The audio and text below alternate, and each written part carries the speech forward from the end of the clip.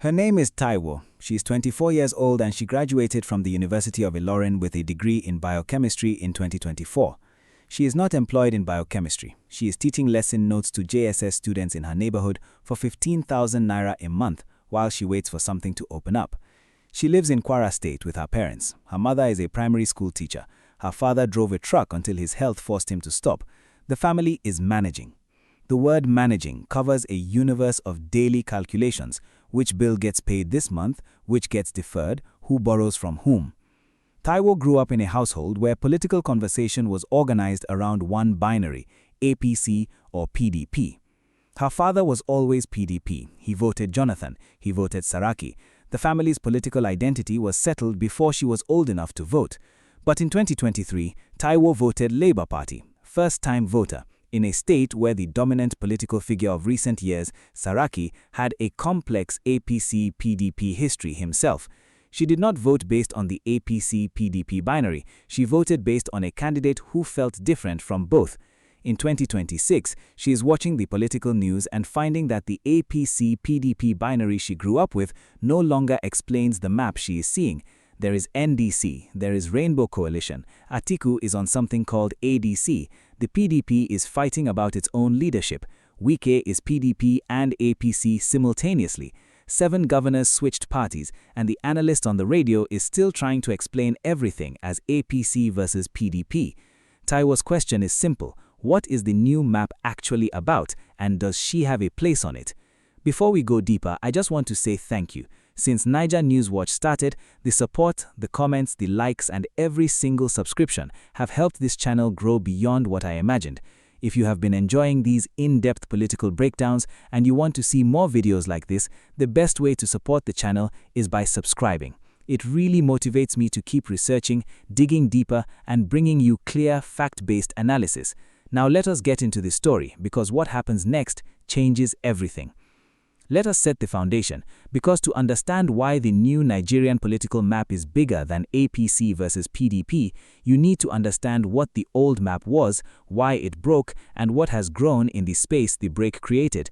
The APC versus PDP binary organized Nigerian national politics from 2013 to approximately 2022. Before 2013, PDP dominated the federal government for 15 consecutive years. The 2013 merger that created APC from 4 existing parties, ACN, CPC, ANPP, and a faction of APGA, produced the first credible unified opposition in the Fourth Republic and produced the 2015 result in which Buhari defeated Jonathan, ending PDP's federal dominance. From 2015 to 2022, the binary reasserted itself: APC versus PDP, Buhari versus the opposition. The same parties, the same families, the same faces, moving between them through defections that changed labels without changing the fundamental power structure. In 2022, something different began. Peter Obi's Labour Party campaign broke the binary from the outside. He was not APC, he was not PDP. He was the first genuinely third-party candidate in Nigerian history to contest the presidency with a campaign that was nationally credible, that won state-level presidential races, and that gathered over 6 million votes. Labour Party's 2023 performance demonstrated that the APC-PDP binary was not a natural feature of Nigerian politics. It was a structural product of specific financial and organizational conditions that could be disrupted. Now, in 2026, the disruption has deepened. There is NDC, the party hosting the only formally declared opposition presidential candidate. There is ADC, the party where Atiku moved after leaving PDP. There is Wike's Rainbow Coalition, a formal combination of 4 parties, including both APC and PDP. There are governor defections that have transferred elected PDP executives to the APC column without elections. And there is a growing civil society and social media political culture, particularly among first-time voters like Taiwo in Kwara, that is more interested in candidate quality and governance record than in party label. The APC-PDP binary has not disappeared, but it no longer contains the entire political map. Now let us look at the institutional framework, because the emergence of a more complex political map is constrained and enabled by specific constitutional and electoral rules. The 1999 Constitution does not prescribe a two-party system. It does not limit the number of political parties. INEC registers parties that meet specific compliance criteria: membership registration, party constitutions, financial disclosures, and minimum organizational presence across states.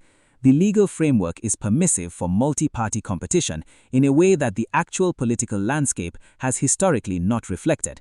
What structurally reinforced the APC-PDP binary was not law, but resource concentration. Nigerian presidential campaigns are expensive. The financial resources needed to run a credible national campaign, to deploy party agents to 176,000 polling units, to train collation agents across 36 states, to fund candidate travel and media across the country, are available primarily to parties that control federal or major state government financial flows. For most of the Fourth Republic, only APC and PDP had those flows. The Labour Party's 2023 performance challenged this structural assumption in a specific way. It demonstrated that a diaspora-funded, social media-organized, community volunteer-based campaign could generate credible national results without controlling any major government financial flows. According to political analysts, this demonstration changed the calculus for opposition party formation, showing that alternative financial models are viable for reaching 6 million voters, even if not yet sufficient for meeting the constitutional spread requirement. The INEC party registration regime is the second structural dimension. Any party that meets INEC's compliance criteria can contest presidential elections. The current cycle has multiple INEC-registered parties: ADC, NDC, NNPP, SDP, Labour Party, that are potentially relevant to the 2027 presidential result. The question is not whether these parties legally exist, it is whether their combined presence produces a more competitive, more representative electoral result, or a more fragmented, more easily won result for the incumbent. Now let us go deep, because the claim that the new map is bigger than APC versus PDP requires specific evidence, not just the observation that new party names have appeared. Let us identify the 4 new axes of competition that define the new map, the dimensions along which the 2027 political contest is being fought that do not map onto the APC-PDP binary. Axis 1, incumbency versus economic grievance. This axis exists within both major party traditions but cuts across them. The most economically exposed Nigerians, urban middle-class professionals, small business owners like Adekunle, the Lagos printer, young people like Taiwo in Kwara, biochemistry graduate teaching lesson notes at 15,000 naira a month, are not primarily motivated by party loyalty. They are motivated by economic condition. And their economic condition under the current administration has been documented as significantly worse than in 2022. Fuel prices tripled, Naira lost half its value, 10 million additional Nigerians were pushed into poverty. Their political choice in 2027 is not APC versus PDP, it's incumbent versus the most credible alternative. Axis 2, elite consensus versus community assertion. This axis is new and is most visible in the South-South and Southeast. The governor defection wave, where 7 PDP governors crossed to APC without voter consultation, represents a specific elite consensus that survival in the current fiscal and political environment requires APC alignment. But the community-level resistance, the IJO youth groups, the Pan-Nigeria Delta Forum, the community civil society organizations documented in our South-South videos, represents a community assertion that the elite consensus does not speak for the communities. This axis is not APC versus PDP. Some communities are asserting independence from their APC-converted governors. Some are doing the same with their previous PDP governors. The axis is elite versus community, not party versus party. Axis 3, structural delivery versus preference vote.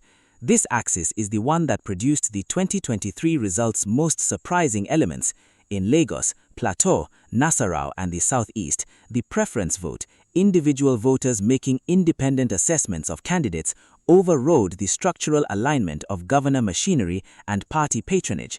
This axis does not have party labels, it has candidate quality labels. Is this person worth voting for regardless of what party they are on? That question, asked by the Obedient Movement in 2023, being asked by the Northern Preference voter in 2027 is a different axis from APC versus PDP. Axis 4, the post-binary generation. This is the axis represented by Taiwo in Kwara, a generation of Nigerians who reached voting age after the APC-PDP binary was established, who voted in their first election in 2023 on Labour Party, and who are now watching the political landscape of 2026 with the specific question, which of these options is for people like me? This generation is less ethnically tribal in their voting, more economically exposed, more digitally informed, and more skeptical of party labels than any previous Nigerian electorate. According to demographic data, this generation, 18 to 35-year-olds, constitutes the largest single voter bloc in Nigeria. They did not create the APC-PDP binary. They are not committed to maintaining it. And the party that most credibly speaks to their specific concerns, economic opportunity, governance quality, security, will capture their energy in ways that could overcome structural political alignment. Now, here is the pattern interrupt that ties all four axes together. The 2027 election is not primarily a contest between the APC and its opponents. It is a contest between two political models. The first model is the structural model. Governor machinery, FAC resource leverage, patronage networks, party affiliation that has dominated Nigerian presidential politics for most of the Fourth Republic. The second model is the preference model, individual voter choice based on candidates' quality, economic condition, and community identity that the 2023 Labour Party campaign demonstrated was capable of generating millions of votes on a party with no structural advantages. The APC operates almost entirely in the first model. It controls the governors, the FAC allocations, the state party machinery, and the results management infrastructure at coalition level. Its 2027 strategy is structural. The NDC-OB configuration operates primarily in the second model. It has no governors, it has limited formal party structures outside Kano and the southeast. Its 2027 strategy is preference-based. It needs to activate enough individual voter choice across enough states to meet the constitutional spread requirement. Atiku's ADC operates in both models. Northern Establishment Network as structural component, cross-party political identity as preference component. The question that 2027 will answer, the question that determines whether the new map is genuinely bigger than APC versus PDP, or whether the old binary reassets itself under new labels, is which model produces the outcome. If the structural model wins again, as it won in 2023 despite the opposition's combined vote advantage, the new map has not changed anything that matters. If the preference model produces a result that overcomes structural alignment, if the preference vote in 6 swing states is large enough and well protected enough at coalition level to meet the spread requirement, the new map has produced a new kind of Nigerian presidential politics. The silent players who will most determine this outcome are not the candidates. They are the 40 million Nigerian voters aged 18 to 35 whose collective decision about whether to participate and how is the single most consequential unmeasured variable in the entire 2027 cycle. Now, if what I just laid out surprises you, drop a comment below. I want to know your take before we get to the part that changes the whole picture. Let us come back to Taiwo in Kwara, teaching lesson notes for 15,000 naira a month with a biochemistry degree. She grew up with the APC-PDP binary as the frame for political understanding. She voted outside it in 2023. She's watching a 2026 political landscape that has outgrown it in specific documented ways. And her question, what is the new map actually about? And does she have a place on it? Is the most important political question a young Nigerian can ask right now.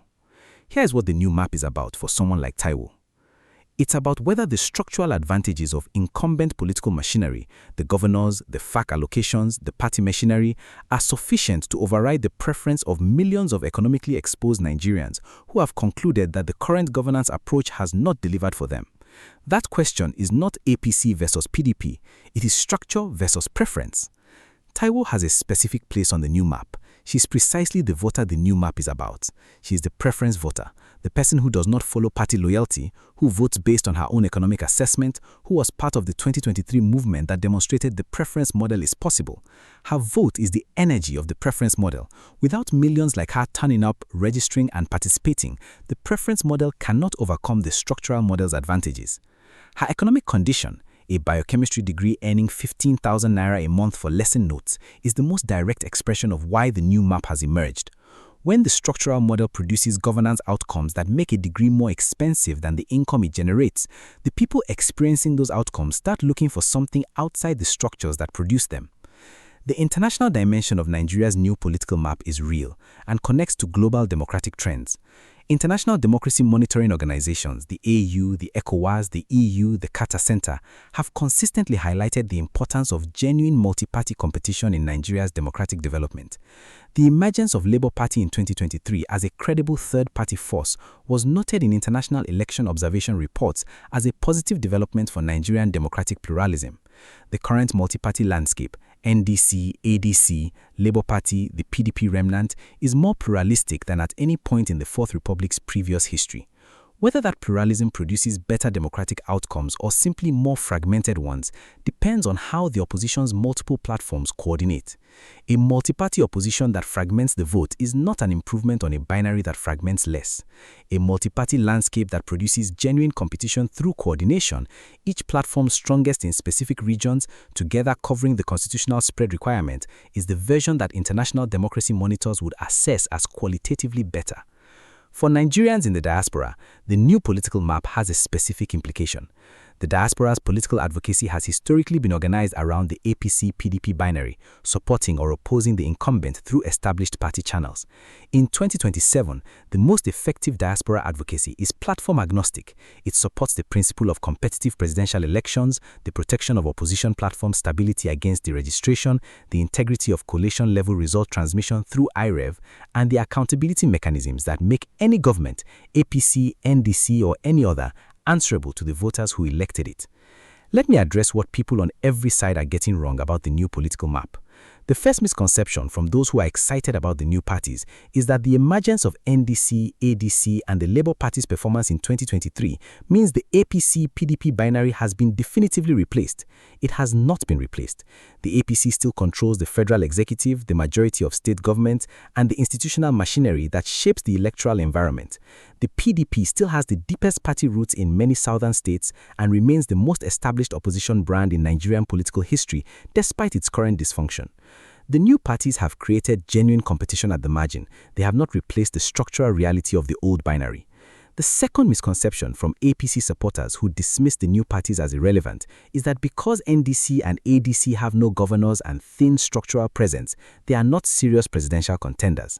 The 2023 Labour Party performance refutes this. 6 million votes, 3 state-level presidential victories, 43% of the southern vote on a party with no governors, no state party machinery, and almost no formal organizational presence. The absence of governors is a structural disadvantage. It is not a political impossibility. The third misconception from both old binary defenders and new party enthusiasts is that the 2027 result will definitively settle which model works. It will not. Nigerian political structure changes across multiple election cycles, not within a single one. The 2015 APC victory was built on the 2011 Buhari candidacy, which was built on the 2003 and 2007 campaigns. The 2023 Labour Party performance was built on years of obedience movement organization. The 2027 result will be one data point in a longer process of structural change, not the final verdict on whether Nigeria has moved beyond the APC-PDP binary. Here is what to watch, the 3 signals that will tell you whether the new political map is producing genuine democratic change or simply new labels on the old structure. First signal, youth voter registration and turnout data for 2027. If the 18 to 35 voter registration rate in 2027 is significantly higher than in 2023, if Taiwo and millions like her are not just watching, but also registering, participating, and turning up on election day, it signals that the preference model is generating new democratic participation beyond the structural model's existing base. If registration in this age group stagnates or declines, the 40 million young voters whose collective energy is necessary for the preference model to work are signaling disengagement. Second signal, whether any 2027 presidential result diverges significantly from the governor party alignment in more than 3 states. In 2023, the preference model produced divergence in Lagos, Plateau, and Nasarawa, 3 states. In 2027, if the preference model produces divergence in 6 or more states, if 6 or more states elect opposition presidential candidates in states with APC governors, it signals that the structural model's presidential delivery is genuinely weakening. 3 divergences in 2023 was significant but insufficient. 6 or more in 2027 would represent a structural shift. Third signal, whether IREV's real-time result transmission works as effectively as it did in 2023, and whether any court challenge to the result process is resolved in time to protect the outcome. The IREV portal, which transmitted polling unit results in real time in 2023, is the most important single technological safeguard for the preference model's votes at collation level. If IREV works cleanly in 2027, the preference model's polling unit results are harder to alter at collation. If IREV is compromised, delayed, or selectively unavailable in specific states, the structural model recovers its most traditional advantage, result management between polling unit and state collation. Best case scenario for democratic quality, youth voter registration increases by 20% or more from 2023 levels. The 2027 result shows divergence from governor party alignment in 6 or more states. IREV functions fully and the result it captures match the declared collation results across all 36 states. Whatever candidate wins has won in a genuinely competitive electoral environment that reflects actual Nigerian voters' preferences, not structural predetermination. Nigeria enters the post-2027 cycle with more legitimate, more democratically grounded governance than it has had since 2015. Worst-case scenario for democratic quality, youth voter registration stagnates or declines as the experience of 2023's third-place result and 2024's protest crackdown produces political disengagement among the post-binary generation. The 2027 result shows governor party alignment across all 36 states. The structural model reassets itself completely. IREV is selectively unavailable in key competitive states. The winner enters the next cycle with a mandate derived from structural political control rather than genuine public preference, and the new political map, NDC, ADC, the Rainbow Coalition, the post-binary generation, its 4 new axes, has been shown to be too fragmented to overcome the structural model within a single election cycle. Let us come back to Taiwo in Kwara. She is 24, has a biochemistry degree, earns 15,000 naira a month. She voted outside the APC PDP binary in 2023. She is watching a 2026 political landscape that has outgrown that binary in specific documented ways, and she asked 2 questions. What is the new map actually about, and does she have a place on it? Here is the honest, complete answer. The new map is about the contest between structural political power and preference-based democratic participation. It is bigger than APC versus PDP because the real competition in 2027 is not primarily about which party wins. It is about whether the individual voter's preference, independently formed, secretly expressed, carefully counted, can override the structural advantages of incumbent political machinery. Taiwo has a place on the new map. She is precisely the voter the new map is about. She is the preference voter, the person who does not follow party loyalty, who votes based on her own economic assessment, who was part of the 2023 movement that demonstrated the preference model is possible. Her vote is the energy source of the preference model. Without millions like her turning up, registering, and participating, the preference model cannot overcome the structural model's advantages. My measured conclusion: Nigeria's new political map is genuinely bigger than APC versus PDP.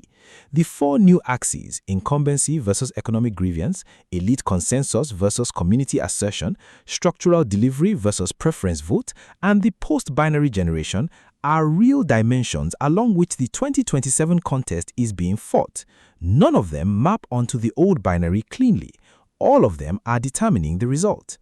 Whether the new map produces a different kind of governance outcome depends on one thing above all others: whether the 40 million Nigerians like Taiwo, who grew up after the APC-PDP binary was established, who voted outside it in 2023, and who are watching the 2026 landscape with sharp eyes, decide that 2027 is worth their energy. If they do, the new map produces a new kind of Nigerian democracy.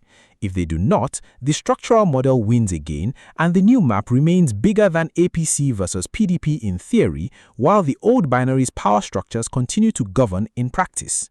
The question I want to leave you with is this: Do you think the new Nigerian political map, with its NDC, its ADC, its Rainbow Coalition, its post-binary generation, its 4 new axes, represents a genuine, durable structural change in how Nigerian presidential politics works?